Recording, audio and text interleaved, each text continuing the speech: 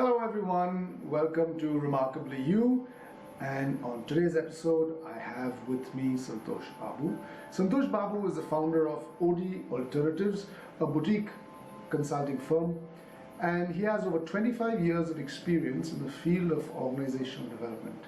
He's worked with clients across the globe, from Fortune 500 companies to Bollywood celebrities, helping them to achieve their goals and aspirations. He's an OD expert and a hypnotist master. He's also the founder of OrgLens, www.orglens.com, a startup that uses social psychology and network science to solve organizational and community challenges. He's a founding partner of CXO Coach, a platform that provides executive coaches globally. And he's written a book called Coaching: The Art of Developing Leaders. He's also taught as a visiting faculty at ISB, TIS, and the University of Chicago, and now lives on his coffee plantation in Coorg, South India. So, what do we cover today? What we cover today is we jump into some of these questions. We jump into stuff like, how does someone without an education from an Ivy League college grow his or her brand? How do you grow your brand without social media? How do you stay ahead of the curve and relevant? How can your childhood weakness become your strength? When growing your startup, is scale really important? Saying no to many good ideas to be able to say yes to the few great ones. These are some of the things that we discuss today. So sit back and enjoy. Oh, hi, Santhosh. Thanks for taking time out. Hi, thank you for inviting me. So the way I'd like to start is I'd like to start by asking you, what does the phrase a village school teacher, what significance does that phrase hold for you?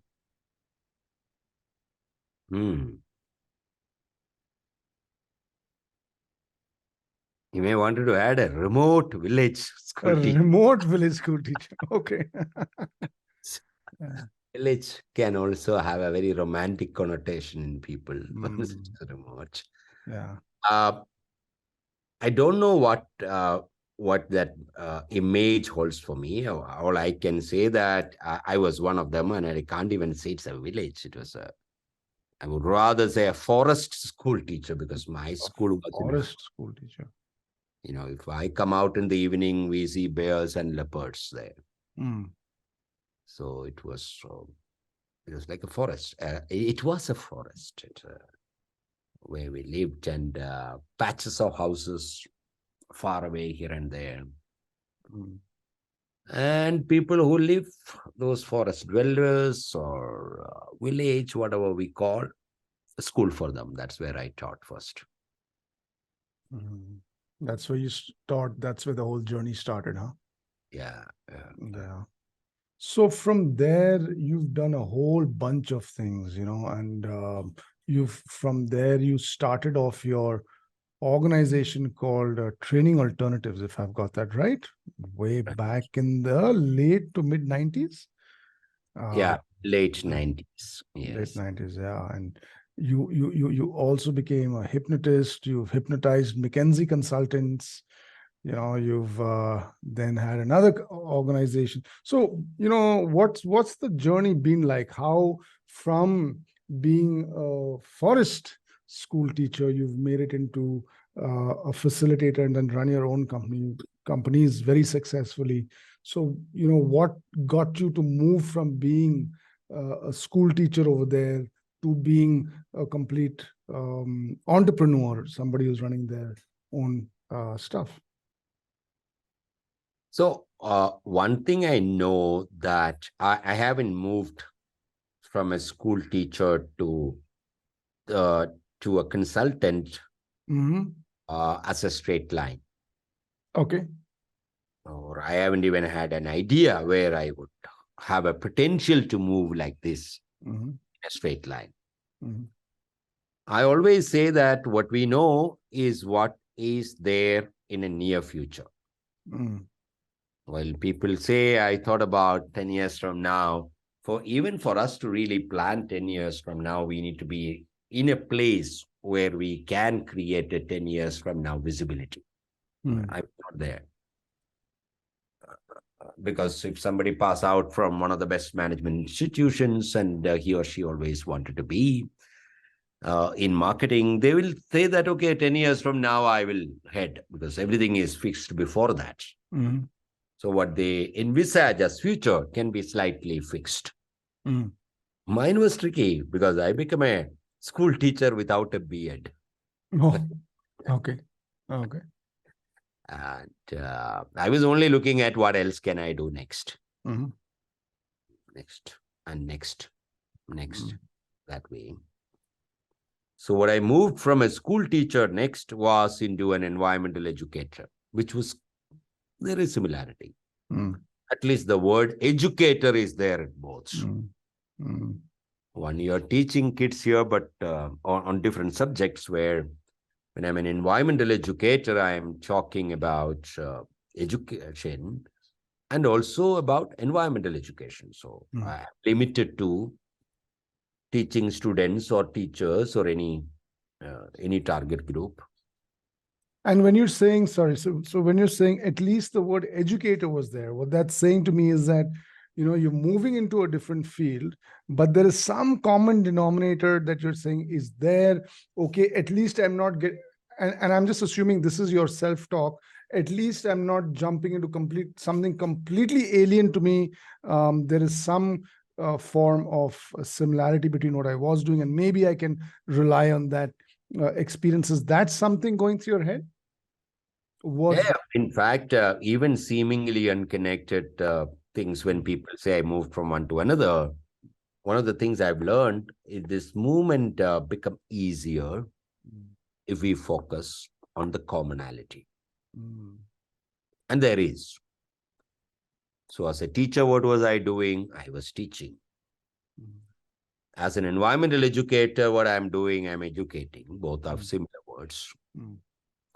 My audience slightly changes, but fundamentally, at least believing this is similar Mm. helps someone to make transitions. That's what I learned at an early stage.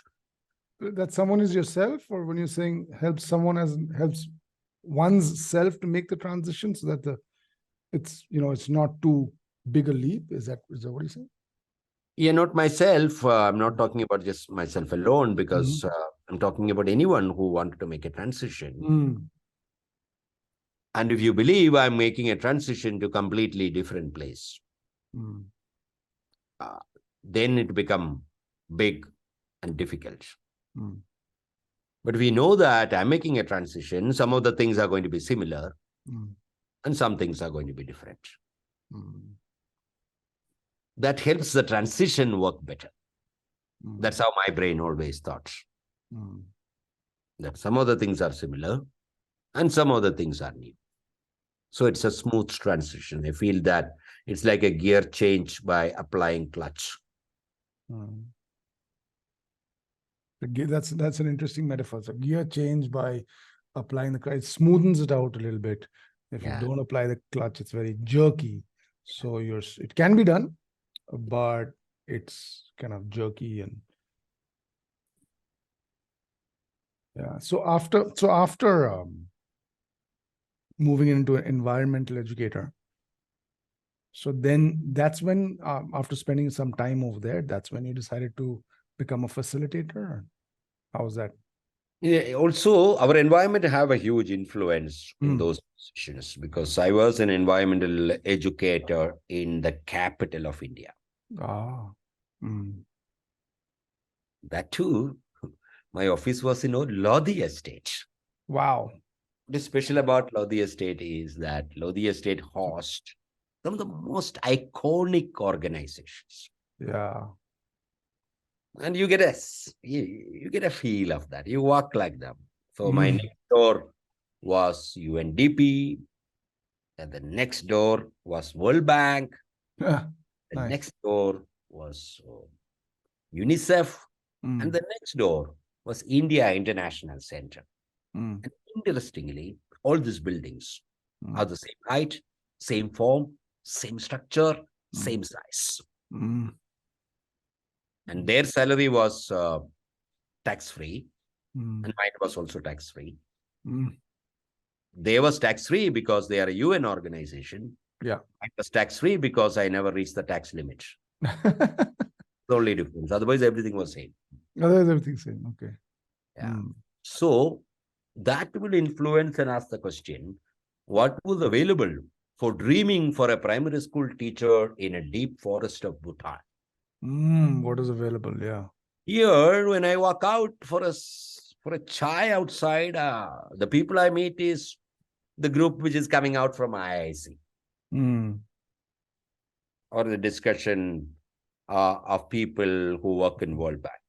Mm. So that was expanding some of the skills, some of the knowledge, some of the passion that I had. So my Yeah. interest in psychology and hypnosis was much before I became a primary school teacher. Oh, okay. I have demonstrated that. But before I became a primary school teacher, I used to go in the colleges in Kerala Mhm. and demonstrate hypnosis. I've gone to all the medical colleges in Kerala Wow. before I picked up a job. Four. Okay.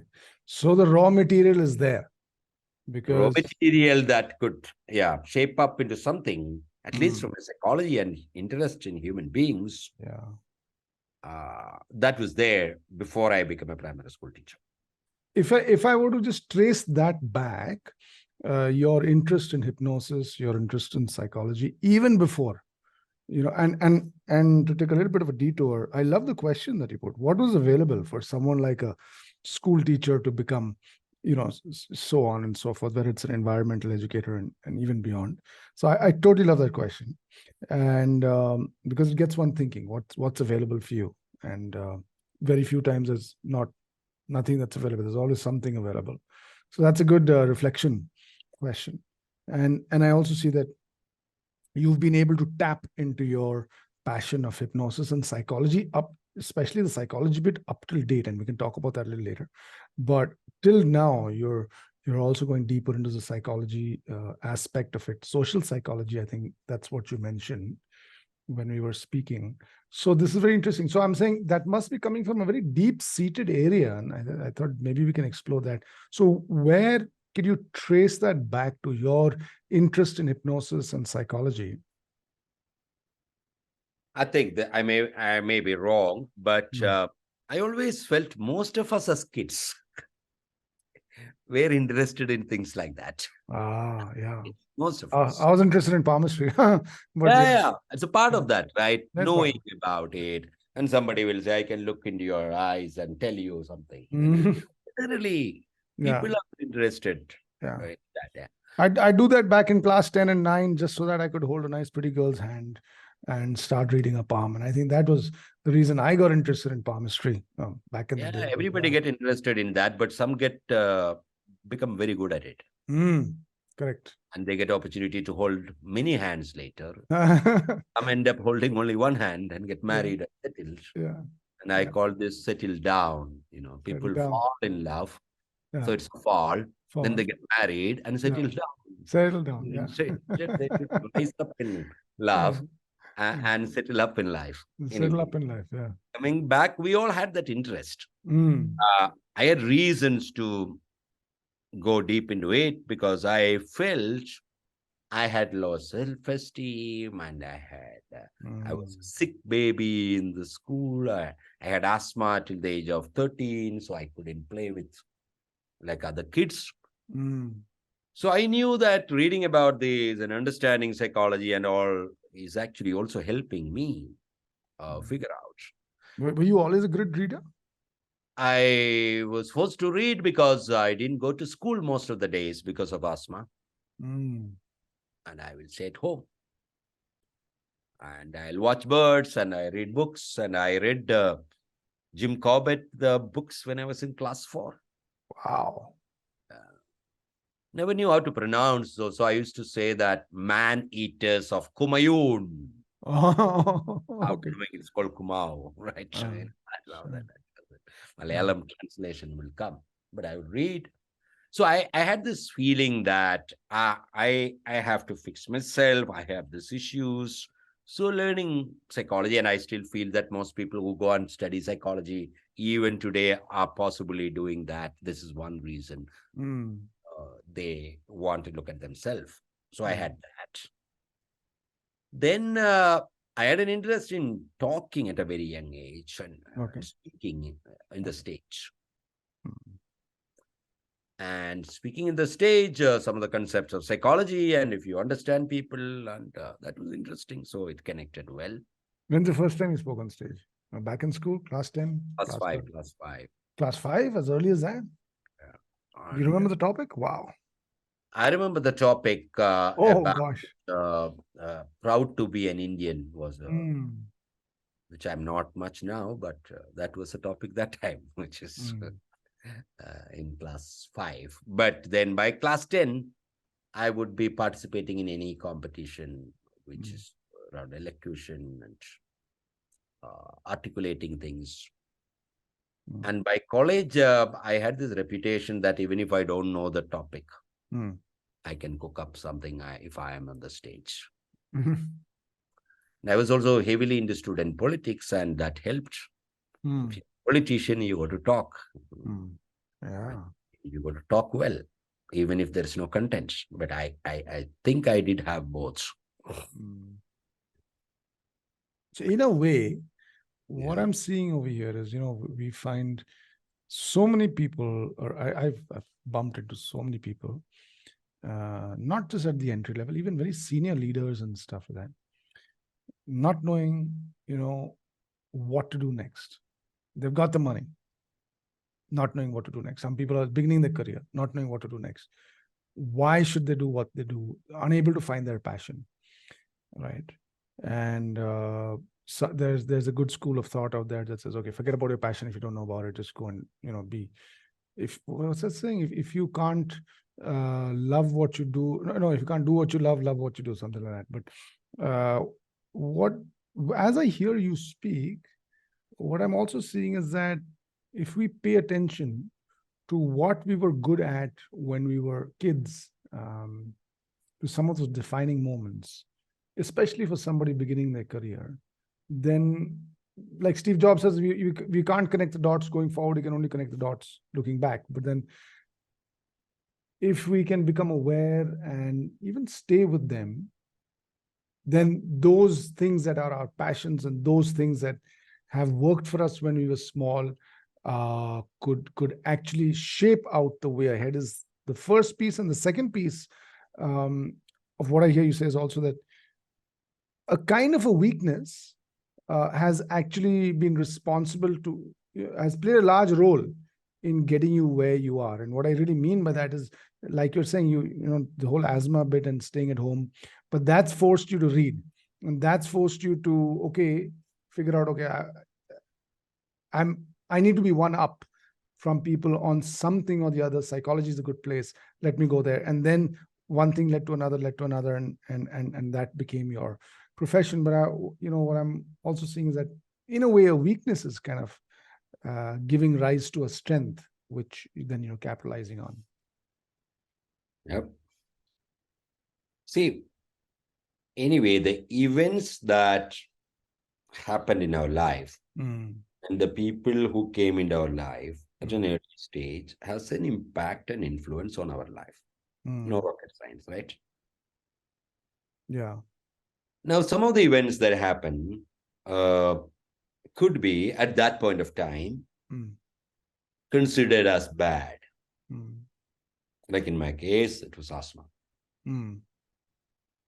The question is, it's going to have an impact. Whether Mm. it will become a strength or not, that's not the issue. It will Mm. have an impact. So what happens if you can't go and play with other kids? You can't go and play with other kids. So what else Yeah. will you do?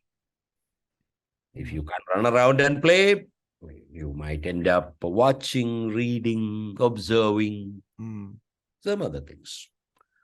Like if somebody can't see, typically the other senses become stronger. Typically, that's right.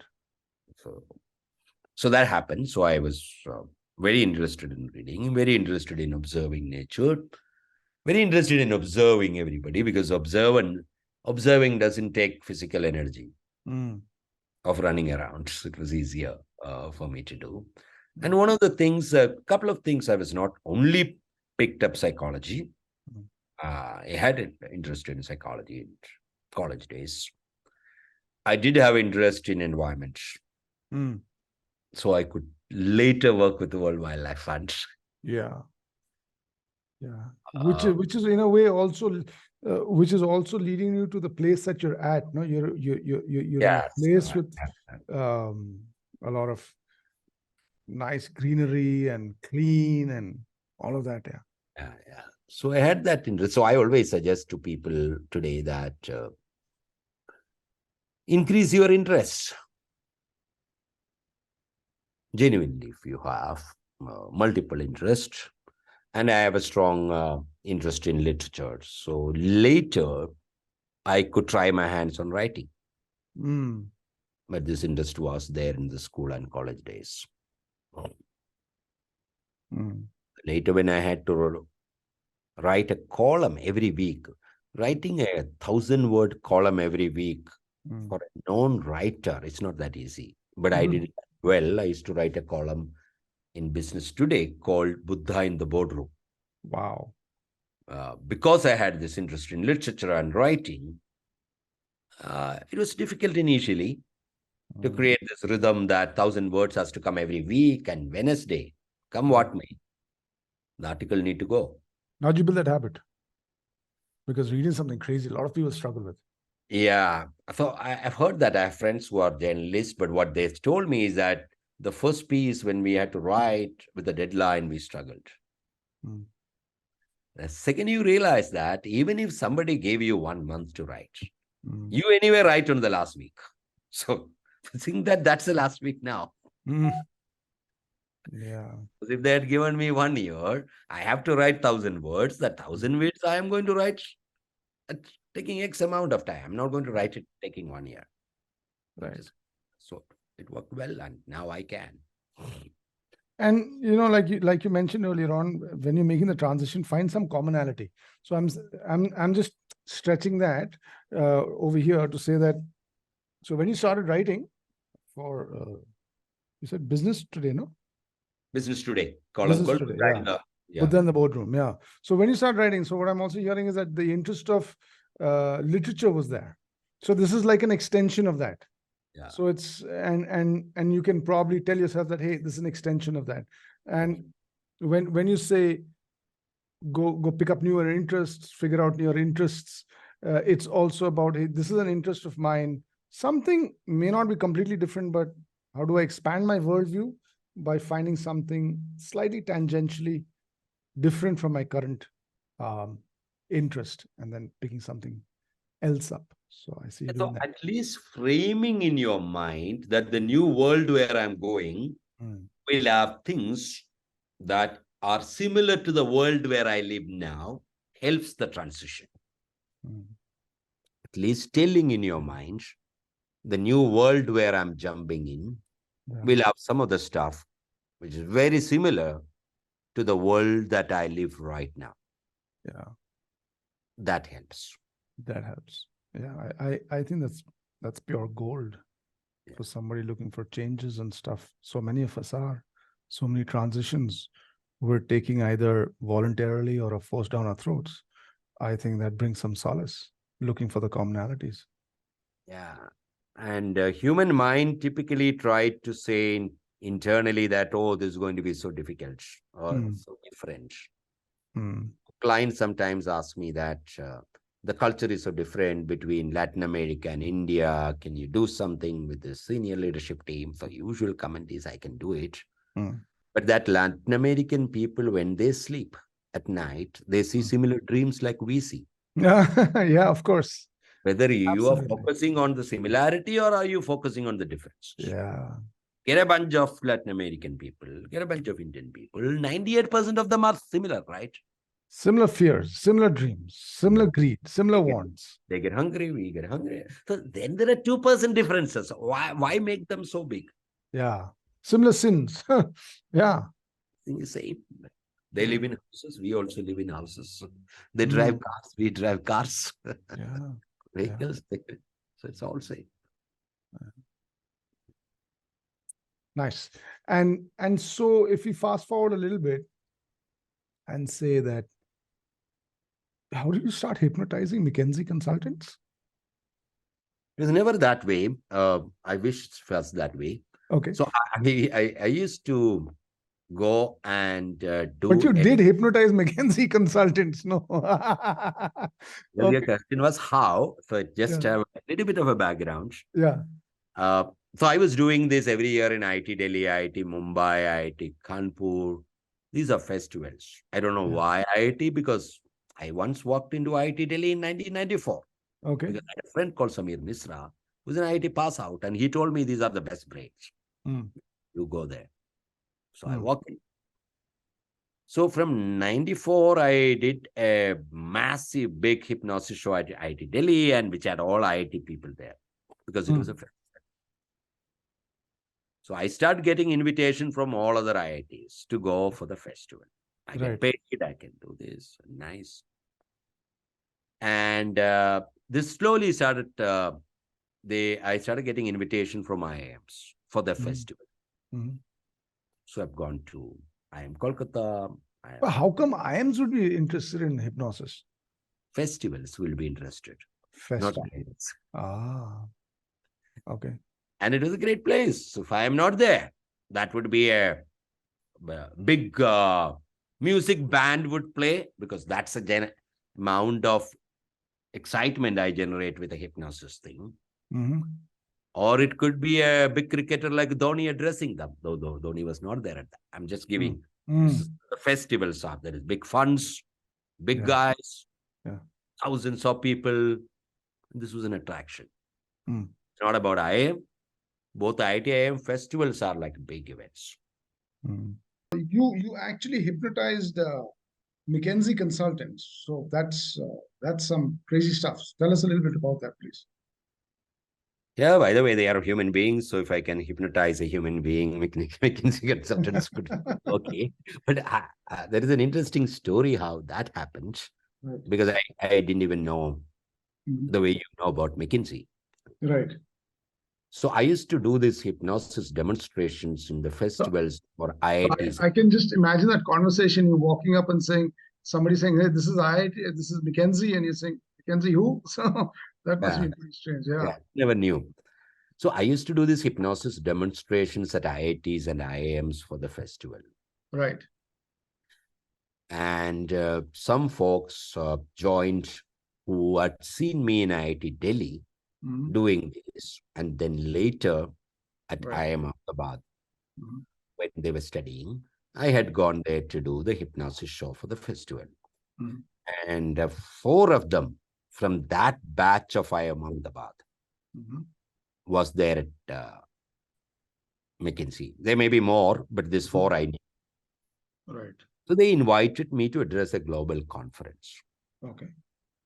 And that's how the McKinsey connection happened. And in that conference, I had to demonstrate hypnosis, though my talk was not about hypnosis. It was about organization culture, how individual behaviors add up to a culture. And part of that, I was talking about a lot of our behavior is unconscious. And to talk about that unconsciousness, I was connecting that to hypnosis. So that then helped me to do a lot of work with McKinsey later, though I didn't hypnotize them. And my work with them was not hypnosis, but they also realized that this guy could understand that even organizational challenges come from a collective unconscious of the organization. Right. That's where from 2000 to 2010, I did a lot of work with McKinsey for their clients as an external consultant to McKinsey. Okay. That's how it started. So it started. Interesting. So, Santhosh, there's been a lot of, you've always stayed ahead of the curve. You know, from a school teacher, you're saying, I now need to get into an environmental educator. from an environmental educator, you've done several pieces, and then you finally, not finally, I mean, then you became a hypnotist, and then you became a consult trainer, and then you became a consultant. And then more recently, um, which is 2014, you changed the name of your organization. No, 2006 itself changed into 2000 ODA. ODA. So first it was training alternatives. Yes. Yeah. Then OD alternatives, right?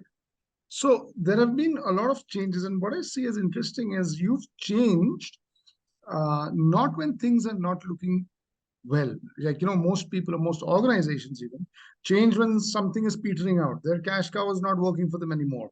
Their line of business, their line of revenue is not working for them anymore. They're getting totally bogged down. That's when people um, think about changing or are pushed to change, right? People, organizations, whatever. But in my reading, in my understanding, what I see is that you're changing when you're still on the growth path. Yeah. And that's pretty counterintuitive, because a lot of people say, hey, things are working well for me. Why do you want to change? I mean, if I change, there's so much risk involved. At least I know this is the known variables over here. Let me just deal with that a little more, a little more, a little more. But you say, no, let's stop all of that. Let's change. So you're changing ahead of the curve, even before the curve peters out. So one, how does that look for you? And I think the also the question that I have for you is, what is the internal story that you have running for yourself? Every time you decided to say, I'm going to change, and therefore you're also changing a bit of your personal brand.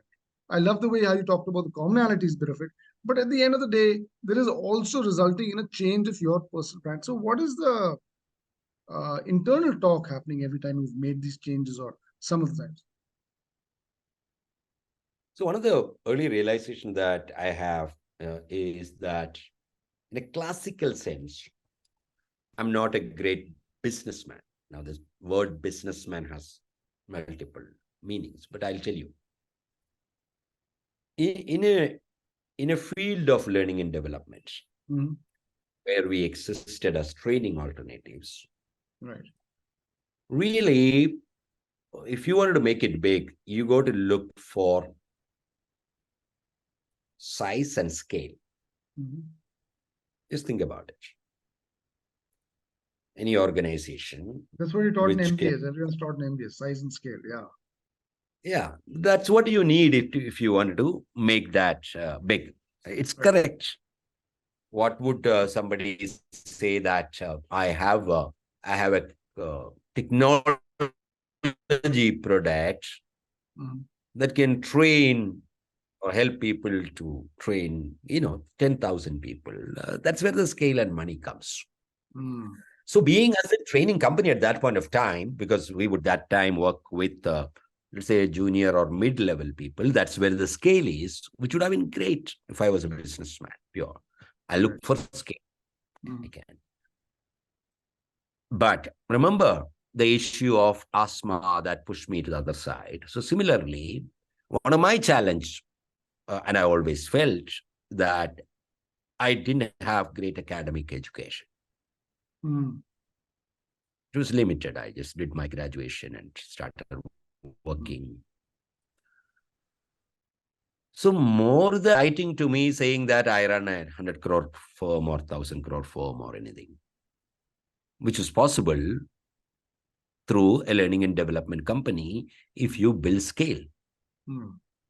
But what was exciting to me was not that. I was saying that I've worked with this level of people now. Do I know what's really going on in the CEO's minds?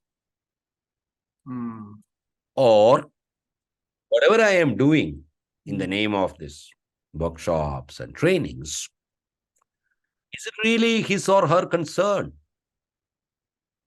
So in 2006, we had our own company offsite, where I announced that, you know what, I love to work on a CEO concern and with him or his team now. That is a bold thing, and I'm not educated to do that. I don't know the profile of those people. I will not know how to walk with them that time. I'll not know how to eat with them. because I come from a different background. That was interesting. Mm. So a kind of a vertical growth, which which is opposite of scale, money, is what I chose. Mm. Because the deep inside, now that you're talking about, the brand or the core, I always felt that at the end of the day, I'm a teacher. Mm. Though American That's very professor, close to you. Yeah. yeah, I'm a teacher. And yeah, I think that's how you also start off. I'm a teacher, yeah, Okay. yeah. So I'm just sharing some stuff, and I'm not somebody who can build a big scalable stuff. Something I enjoy hearing about others' problems, learning that, and I could lock myself in a room and learn many things Mm. at any stage in my life. So moving up vertically, knowing we can't build a scalable thing, so my earning potential be low, Mm. was a decision I took in 2006. When I'll move up Yeah. and work leaders.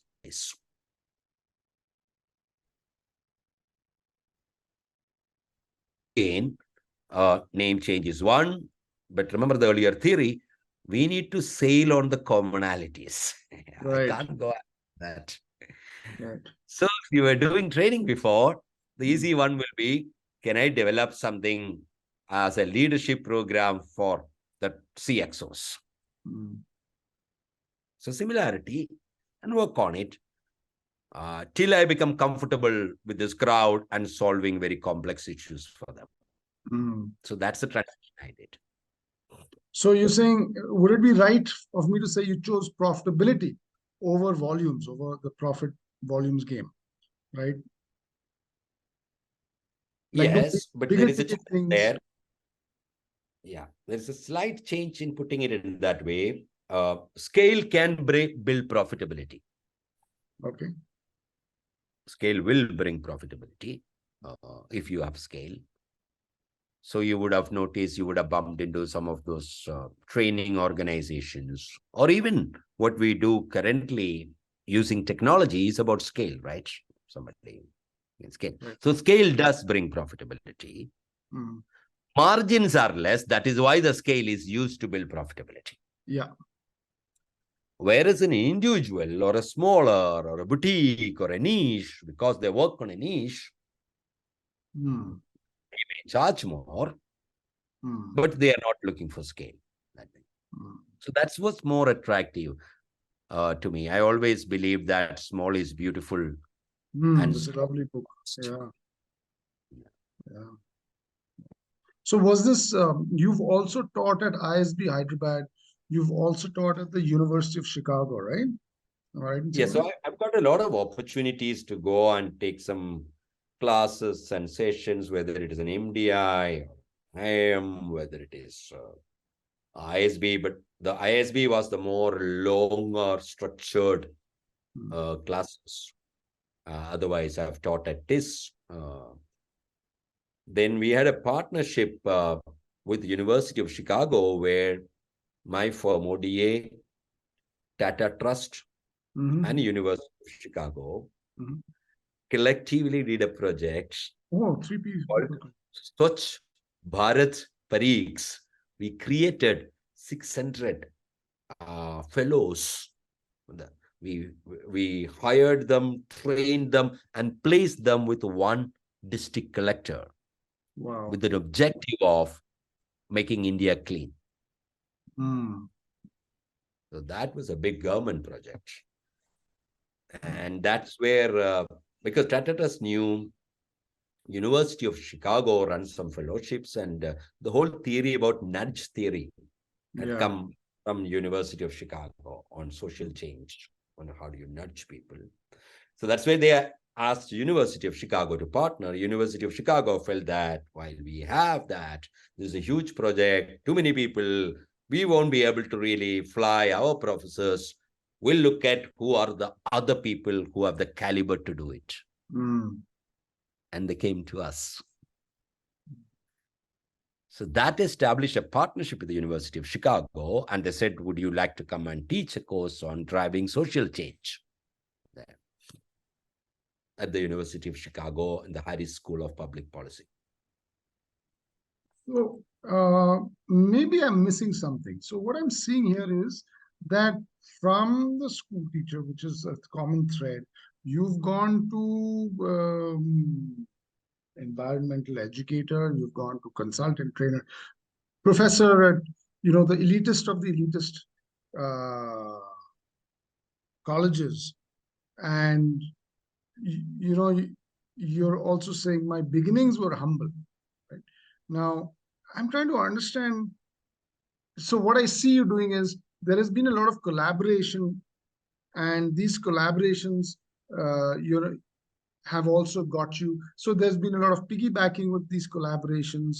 But what do you attribute your ability to, your super ability to collaborate with these big daddies and big mommies of the world, like a University of Chicago? So I understand once you attain a certain level, okay, fine. Then people are coming to you, and then the wheel is just spinning and spinning and spinning and spinning. But what got that wheel to spin in the first place? How are you looking at that? And I'm, also looking at it from a perspective of somebody trying to do that. That's the perspective that I'm also coming from. Yeah. So what I learned is that, I need to know the stuff. Of course. Teach at the University of Chicago or an ISB or anywhere. But I do know there are many more people who are much more stuffed than me. Honestly, I would say I was never the smartest person in any room that I happened to be. There were other guys. What is also equally important is someone taking a bet on you, which is having a relationship. While I never thought my social skills are good, but I think I was able to build that quick, trusted relationship. Because none of these things, they are not floating a tender to find the most brilliant guy to come and teach you. There is a theory called the proximity theory in sociology and social network. We pick up people from our proximity. Yeah. People whom I know, people whom my friends know. That's how everything resources. So I call this concept as social capital than the human capital. So most of us are always about building human capital. How do I improve? What next certification I do and what next program I do? I always say that knowledge that you get or the piece of paper that you get as a certification, if you ever go for higher education, what do you get really is a relationship in the class. That's much more valuable than the certification. That's social capital. So that relationships is what would help you, or at least it's helped me in every stage. If I had gone and taught at a business school, somebody introduced me there and told that this guy is a great guy. And somebody was willing to take a risk on me. That happens when you have very, very strong relationship. So I did build a very, very strong relationships with the people. One or two principles that you're keeping in mind, or when it comes to building strong relationships, what are one or two things you keep in mind, have kept in mind? Again, I haven't done it in a strategic way of building relationship. All of us, we like some people. We don't like some people. When I like somebody, I let them know I like them. I like to work with you. There is a connect in that way. Second, I was willing to reciprocate with my time and energy and whatever way I could help. And because of my interesting hobbies, I could always help somebody with something. If nothing, somebody will call me and say, I see this bird on my veranda. How do I know which bird is this? Okay, I can be helpful because of my WWF. Or the guy will say, I have a snake in my courtyard. How do I know it's a poisonous snake? I can help. Or they can call up and say, my son is not really motivated for his 10th exam. What should I do? I can help. Hmm. So I happen to be knowing stuff that is useful for others. Maybe that helped. And I'm willing to give my time. I have a rule, like in LinkedIn, so many people reach out to me and I don't know them. I have a rule that in 24 hours, I would have replied or spoken to them. Spoken, 24 hours. I hate personally if somebody say that next month, let me check my calendar, and 14th of next month we can talk. I don't talk to that guy. I want immediacy. Wow. If you connect, you connect. Anyway, personally, I don't fill my calendar. So I'll tell everybody that I don't. Yeah, we'll figure out. To just call me. Yeah. Yeah. Oh, So amazing. Yeah. This is amazing. Give. And also, what's coming full circle is what you said a little while back about interesting hobby, increase your interests, right? Yeah. So on the one hand, you're keeping a focus on OD or facilitation or teaching, let's just say, right, on relationships. So these one or two areas is the thing that is enduring, is where the focus, everything is converging at one or two of these pieces. But the varied interests, the varied things and experiences that you've done also serve to actually contribute to your building of your relationships, which in turn is contributing to your organization and stuff. In fact, there is a CEO of a large firm. He only talked to me when he wanted advice and tips on how to train his dog. Wow. Which I'm quite good at. Which you're quite, yes, it comes back. I remember somewhere, yes. Train the dog. Interesting. So if I were to now get into a little bit of a case study, I have a small case study for you. Changing gears. My case study is this. Assuming there is someone starting off as a facilitator, starting off. Let's say put in about nothing as much as your experience. Let's say 5 years is put into L&D or facilitation or something like that, right? Not more than 5 years. Somebody doesn't have that, Ivy League pedigree of the Hyderabad or IIMs Ahmedabad or XLRI and so on and so forth. So it doesn't have the pedigree, but is good at, let's say, a facilitation and is good at, let's say, some basic first-time manager programs. Stuff like time management, stuff like how to give feedback, that kind of stuff. Now, this facilitator the question is now, this facilitator wants to transition from being jack of all trades, right, to, a thought leader. What's your, and in doing so also build his or her own brand. What are some of the few steps that this person could take? How should this person shift mindset? Yeah. First of all, when you tell me this person is a facilitator, okay, there are two themes in it. One is called content and one is called facilitation. These are two completely different competencies. And I'll ask this person, where do you want to build your expertise? Do you want it to be known as something that this guy will come up with cutting edge content that we have never heard? That's bad. So which route do you want to take? Or cutting edge content that you never heard of, or cutting edge facilitator, is that what you're saying? Yeah, where I don't bring any content at all. Okay. I can walk into any room and facilitate. I do a lot of that. I have no clue when I facilitated the CEO and the leadership team, what all the content they are talking. But I know how to hold the space and facilitate and get them decide something in 2 days. That's an ocean. Let's go with that. That's an ocean. I'm wondering where do we go here? So maybe let's go with that. That's what you've done a lot of. So no, whichever way. So first step is to decide that don't look at I am this, I can be a thought leader. Thought leader in what? There's nothing called Let's say Yeah. content.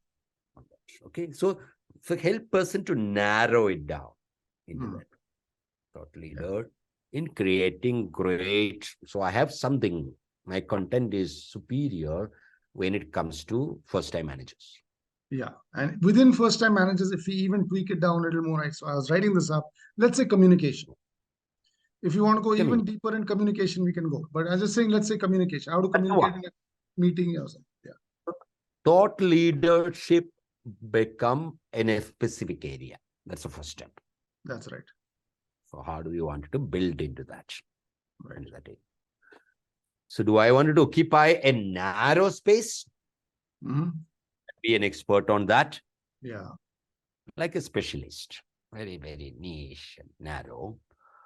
Or it's also good, I can occupy a broader space where I will drive on my humor, physical energy, brain, and a bit of a facilitation. So I'm not that good as a content, that are very niche. But the overall experience I create is far superior when it comes to senior leadership. Could be. So the idea is to first step is to figure out where do you want to go. So let's say a person wants to niche down and has some energy and all of that, wants to niche down. Not very tenured. Yeah. Now you use a word called thought leader. Now start thinking. Assume this person is a thought leader already. Okay. What do thought leaders do? What do thought leaders do? Yeah. So what do thought leaders do? So let me try take a stab at that. So what do thought leaders do? Thought leaders write books. Thought leaders give TED talks. Thought Write leaders something now. Yeah.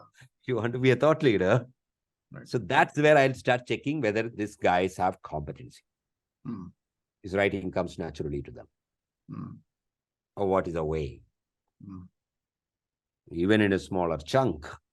Or person want to be a thought leader, but all that he posts is that I'm having breakfast in the top of a hill and feeling blessed. That's not a thought leader.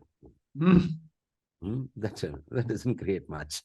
So how do you really? So first of all, I will little deeper inside saying that is that an original, authentic inside brand? Otherwise, don't go there. You can go so many places. Why go there? Yeah. So when I talk about somebody who's wanting, I said that look at three kind of concentric circles. This is what you have. So in the core of me, I had reading, learning. Sorry, I'm just going to double back 5 seconds because the network was not too good. So you said 3 concentric circles. That's what you're saying someone should have. Okay. The core of that is something that I can't change. I have it. What is it that Santhosh had it and have it? Right. Yeah, I love reading. Any damn thing. If I'm sitting in a boring friend's house, I would start reading the telephone directory also. If there is nothing else. No. So I love reading. So that goes in the center circle. I'm fairly good at building relationships. That goes into the core circle.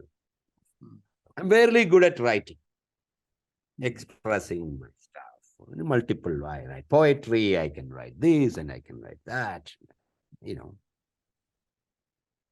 I'm fairly good at articulating in my own style. And I'm not the one who was the best communicator or something, but You have a style.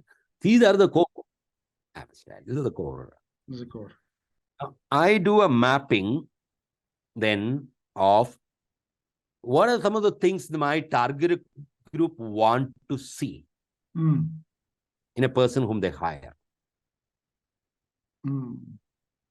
So this word called thought leader was created by the target group, not me. Not me. Okay. They'll say, oh, we need a thought leader. They have some idea about it. Yeah. So I'll write thought leader. Or they wanted to have somebody who is very insightful. Okay, insightful. They might want somebody who is practical. So there are words that the world expect from you based on the business that you are in, your target. Right.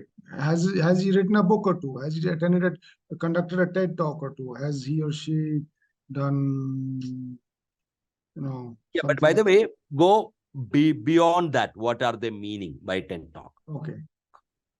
They're meaning So that you're an they expert. know. This is just a symbol for That's saying right. you're an expert at that. You're an expert. And Yeah. if that guy can talk to the client in 15 minutes and establish expertise, they're fine. They don't want tech talk. Yeah. But these are expectations. Yeah. It's also good social. So I put up there. That's right. That's right. Yeah. Yeah. Generally, we think that, okay, if this guy is a thought leader, he might have done a TED talk. So you can also do opposite. For example, whenever somebody invite me to do a TED, I don't go. Because it is diluted brand. It's a diluted brand. Because everybody can do it. Every damn guy can do a TED talk in a school. No? Why? So I have a strong thing that I never play in crowded markets, crowded places. So if I may devil's advocate that a little bit, if that's okay, tiny bit devil's advocate. Yeah. So when you're saying write, okay, like a book or a blog, one of these two things it'll be right. Okay. So it could be other things also, but mainly a book or a blog. So that's also a diluted market because all sorts of fellows have written books, from really good authors who you can never dream of competing with, to fellows who have full of spelling mistakes, grammatical mistakes, and are saying absolutely nothing in their books and everything in the middle. So then that similarly looks, or even a blog, that also looks like a diluted market. So what I did was, one, I asked this, is this the first book on the subject? Second, I asked, who is a publisher? Yeah. In my case, it was Wiley. So Wiley again has a niche brand. He's not somebody who just goes and publish books. Wiley is academic. Right. I could just put up anybody. People will self-publish book for you. And I've never run a book reading, by the way. Okay. I haven't promoted book. No event at all with my book. My book is not even there on my website or anywhere. So that brand is a subtle brand. I felt like writing a book. I wrote it. So even today, first book on coaching. Yeah, which I have read. Amazing book on coaching. And you've quoted a lot of places that you can go to and the different kinds of coaching that are out there. Like example, Gestalt coaching or psychodrama coaching. And so coaching along with a lot of other things. So yeah, back when I got certified in coaching from you remember, long time back. So 2016, I think, 16. First book, give a holistic thing. So again, remember, it's not a bad strategy to play in crowded places if you're looking for scale. Okay. Where I was building is something we call a cult brand. It's not for everyone. It's okay. And a cult brand also has to keep saying, no, I won't do the work. You are not good or whatever. Only then it becomes a cult brand. So we can't sustain ourselves as big when you're a cult brand. If you say yes to everything, every work, then you don't become a cult brand. So it also depends on what kind of a brand that you want to build. This gentleman in this case want to build a brand of a thought leader. First question, leader in the content or thought leader in the facilitation or thought leader in both? 2. Whatever path that you take, what do thought leaders do? Start doing that before you become a thought leader. Fake it till you make it. So you haven't become a thought leader, but but tomorrow what will you do as if you are a thought leader? You can't write a new content. You don't have it. You are young. You are 5 years ago. But can you say that, hey, I am really curious about just picking up one. This book called Growth Mindset. I wanted to air this concern that is this just a hype, or everybody knew about mindsets and it's not something new? Isn't it some old wine in the new bottle? And the book doesn't give much of research backup. The moment you did that, while you haven't created your own content as to be a thought leader, the way you could something will give a feeling to the other person. This guy makes sense, right? Rather than following everybody saying that, okay, let's do a training program on growth mindset. Multiple strategies now. But the inner core that I spoke, which is the ability to read, ability to understand things, the ability to communicate, if that was not there in me, right, then I can't do this. Very difficult. Right. Hire people to write books for me, then I talk, people create their script and I talk. There is no authenticity. So being authentic is in the core as well. Yeah. Know what you're good at, know what the market is wanting, and see if you can connect what you're good at to what market wants. For example, I know I'm not a thought leader, but ability to learn can be connected to thought leader. That's where I make it. Nice. Market wants leader. I know I have an ability to learn and write. That to create an image of a thought leader. I'm not becoming a thought leader. So you said 2 circles or 3 circles? 3 concentric, 2 concentric.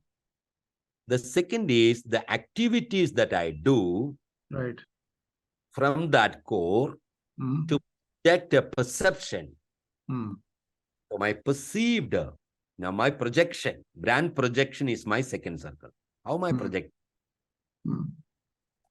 That can be writing, that can be TED Talk, that can be the way you deal with people, the way you talk, the way you, everything that you do is a brand.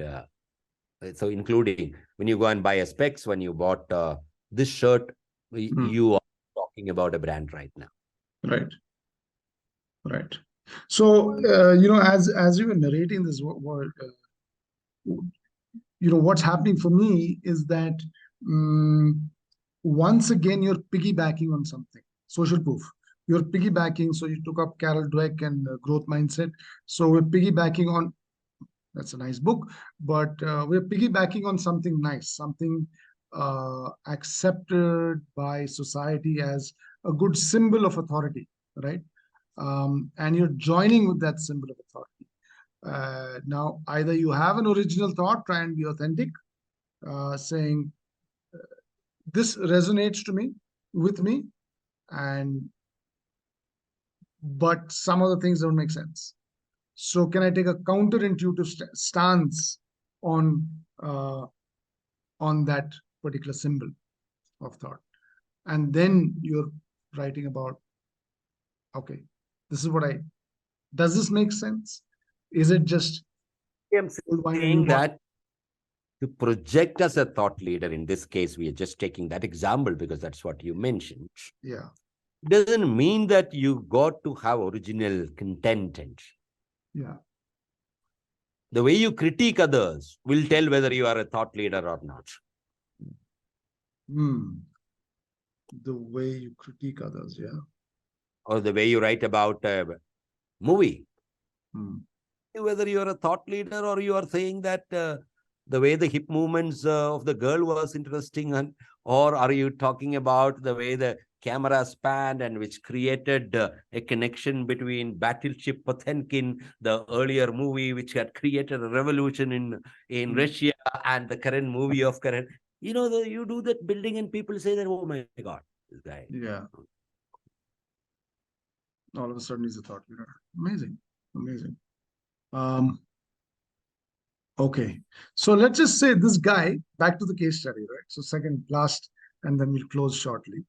So let's just say this guy does something, maybe writes a book, gets some bit of recognition, gets some bit of money, right? So what I've been listening to a few CEOs, and some of the CEOs have been, talking about how your how your problems change as you grow. You're a startup, but now moving from a startup, you get that money and you're a slightly established organization.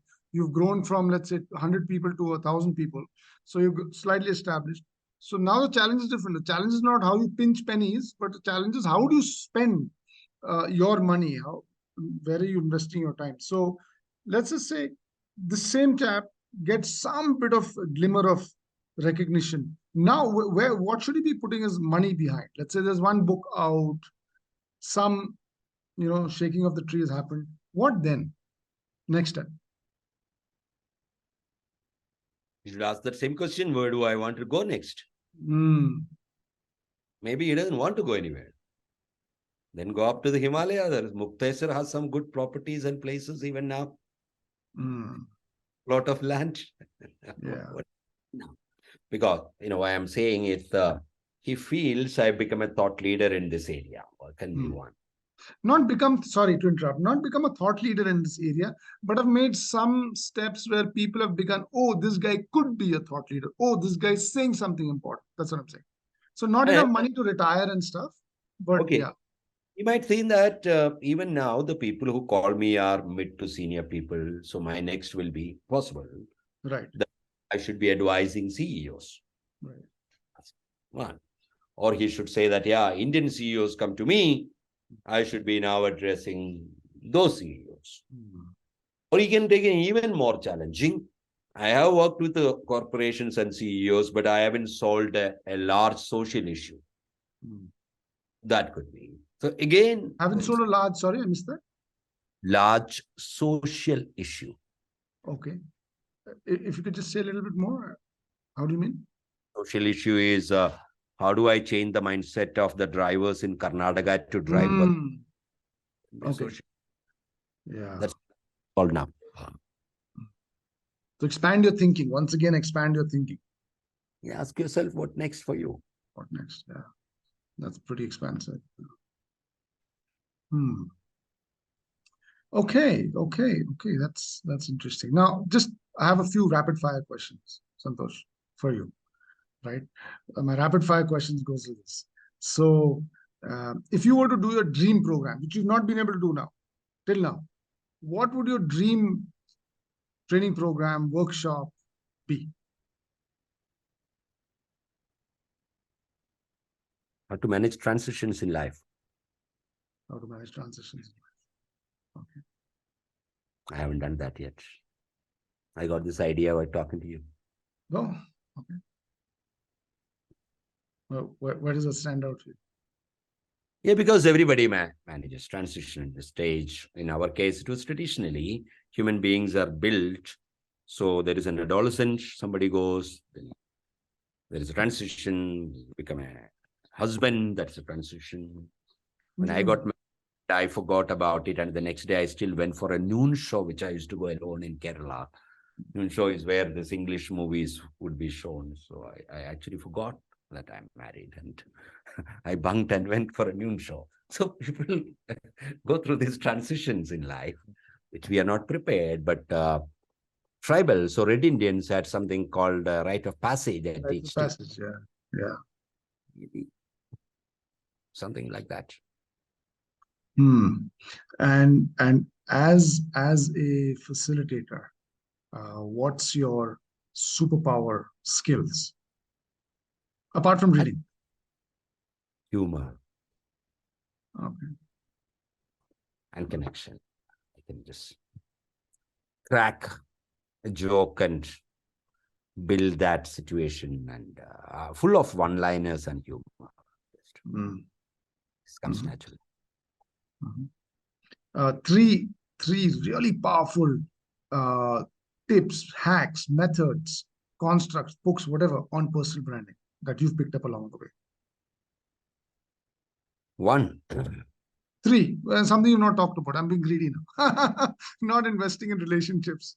Right. First trick, decide what kind of a brand that you want to, because everybody talks about personal branding, but nobody talks about what is the brand. So that's the question first we need to ask.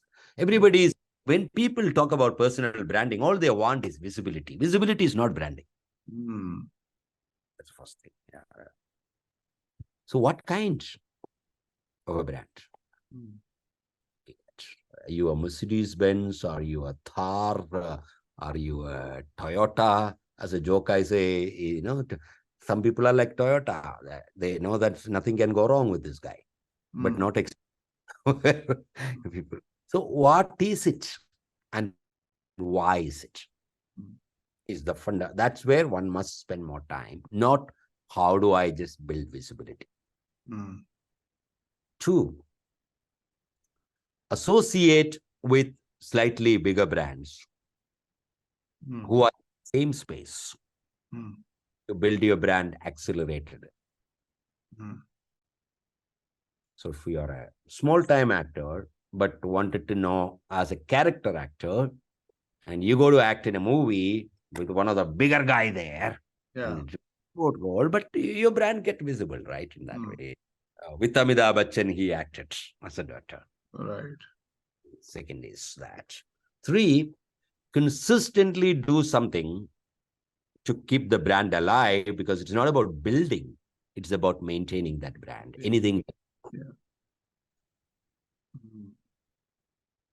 Wow. That's given me some good food for thought. Any last message you'd like to put out to our listeners, to our viewers? The brand is a property in the mind of the customer. Mm. So I've seen people doing mistake by just building visibility, because your target group possibly don't want to buy somebody who is visible. So Mm. be careful what they want. So for example, I work closely with an organization called YPO, Young People Yeah. Organization. They're not going to go onto the social media or anywhere saying that we are all having a meeting here, and the brand is till we don't talk about it, and if YPO wanted to hire you, they might prefer a brand which also has that confidentiality, seriousness in that way. Mm. Mm. That if everybody knows you who you are, you're a brand, is a wrong concept. Yeah. Any book? Last question. Any book you'd I never read recommend? branding. In fact, all that I learned about branding is my early work has been with advertising companies. Mm. So in 1999, I worked with Alak Padamsi and Rusi Modi and Jag Suraya. We combined and created a workshop called Business to Madness. Mm. I'm a kid that time, just beginning. Remember, I started in 1998. Mm. 1 year through that, I'm getting to work with the Wow. guru in advertising. Mm. Or Rusi Modi, who was then the head of all Tata Group HR. Mm. Or Jag Suraya, who write editorials for Times of India. Mm. So I got a lot of exposure with some of the best creative brains and how they look at brands. Mm. So that's what my curious learning has been. And I was genuinely interested. And most of my friends were artists or advertising or journalists at that point of time. So rather than me really studying about it from a book or anything, this happened to be conversations and how they look at brand concept. And so that worked. So that's where I created a model called brand identity. That's who you are. Brand projection, what you do. Ask people to keep checking brand perception, how they perceive you. You may be projecting something, they may be perceiving something else. If all three are aligned, your brand is powerful. Your brand identity, brand projection, and brand perception. Good. It's been a real treat talking to you, Santhosh, and thank you for giving so freely of your time. Many thanks for making this happen. Yeah, it's been a dream for a long time to get on a call with you and do this happen. Trust me, I've been wanting to do this for over a year now, and I said, one of these days I'm just going to go down. So I picked up the phone, and thank you for giving so freely of your time, Santhosh. You have to add one more element in your brand. For Impulsive. sure. Impulsive. Yes. is thorough, thoughtful, detailed, practical, which is all good. You're like that Rahul Dravid of an Indian cricket. But what you might miss in that process of the other ones, yeah, maybe okay. I just guessed it. I didn't go the other thing. So each one of us, building the brand. So next time, impulsive, just call up. I will be happy. Oh, thank you so much. Thank you, Ji. Right. Bye-bye.